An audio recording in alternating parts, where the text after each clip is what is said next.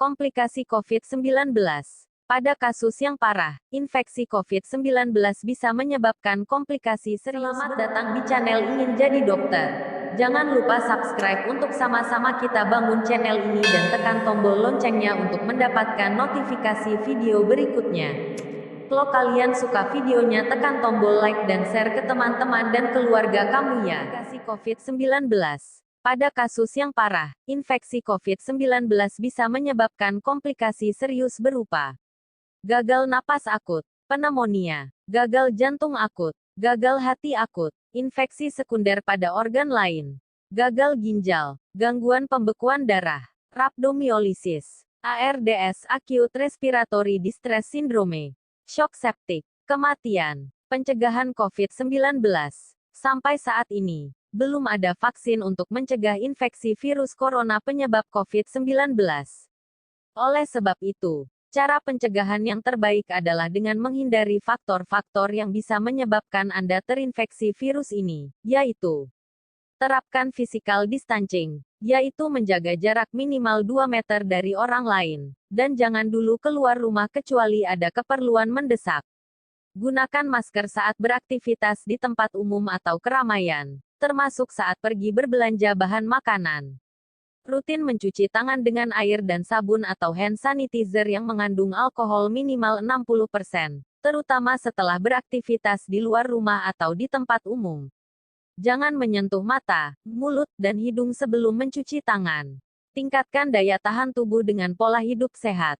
Hindari kontak dengan penderita COVID-19, orang yang dicurigai positif terinfeksi COVID-19, atau orang yang sedang sakit demam, batuk, atau pilek.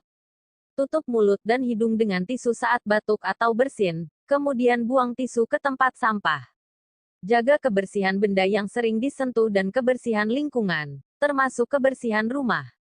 Untuk orang yang diduga terkena COVID-19 termasuk kategori suspek dan probable, yang sebelumnya disebut sebagai ODP, orang dalam pemantauan, maupun PDP, pasien dalam pengawasan, ada beberapa langkah yang bisa dilakukan agar tidak menularkan virus corona ke orang lain, yaitu lakukan isolasi mandiri dengan tinggal di ruangan yang terpisah dengan orang lain untuk sementara waktu.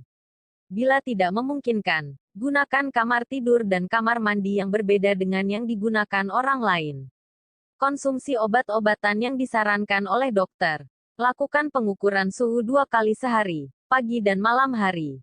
Jangan keluar rumah, kecuali untuk mendapatkan pengobatan. Bila ingin ke rumah sakit saat gejala bertambah berat, sebaiknya hubungi dulu pihak rumah sakit untuk menjemput. Larang dan cegah orang lain untuk mengunjungi atau menjenguk Anda sampai Anda benar-benar sembuh. Sebisa mungkin jangan melakukan pertemuan dengan orang yang sedang sakit. Hindari berbagi penggunaan alat makan dan minum, alat mandi, serta perlengkapan tidur dengan orang lain.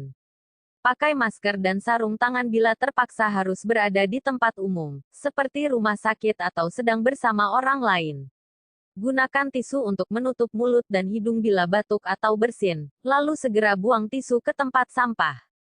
Kondisi-kondisi yang memerlukan penanganan langsung oleh dokter di rumah sakit, seperti melahirkan, operasi, cuci darah, atau vaksinasi anak perlu ditangani secara berbeda dengan beberapa penyesuaian selama pandemi COVID-19. Tujuannya adalah untuk mencegah penularan COVID-19 selama Anda berada di rumah sakit. Konsultasikan dengan dokter mengenai tindakan terbaik yang perlu dilakukan.